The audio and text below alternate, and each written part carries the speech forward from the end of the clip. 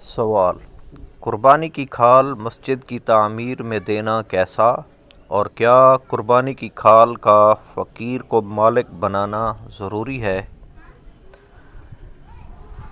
بسم اللہ الرحمن الرحیم۔ جواب: قربانی کی کھال ہر نیک، جائز اور ثواب والے کام میں صرف کی جا سکتی ہے، اور تعمیر مسجد یا مصارف مسجد میں خرچ کرنا بھی نیک اور ثواب کا کام ہے، لہذا تعمیر مسجد میں قربانی کی کھالیں صرف کی جا سکتی ہیں، اس میں کوئی حرج نہیں۔ حضور اقدس صلی اللہ تعالیٰ علیہ وآلہ وسلم نے قربانی کے متعلق فرمایا: فَأْكُلُوا وَادَّخِرُوا وَاعْتَجِرُوا، بس کھاؤ، اٹھا رکھو اور ثواب کے کام میں خرچ کرو۔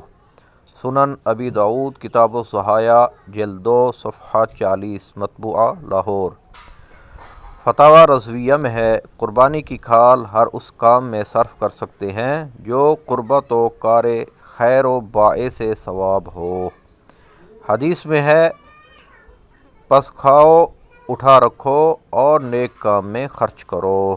فتاوی رضویہ جلد 20 صفحہ 473، رضا فاؤنڈیشن، لاہور۔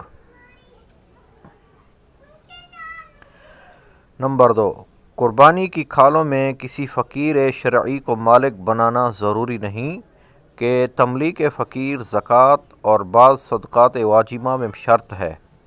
ہر صدقہ واجبہ میں بھی لازم نہیں، جیسے کفارہ صیام اور ظہار و یمین میں، کہ ان کا کھانا کھلانے میں اباحت کافی ہے، جبکہ کھال کو صدقہ کرنا واجب بھی نہیں، ایک نفلی صدقہ ہے۔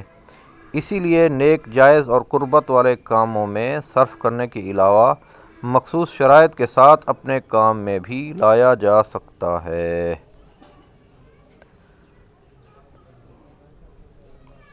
صلو علی الحبیب صلی اللہ تعالی علی محمد صلی اللہ علیہ وآلہ وسلم۔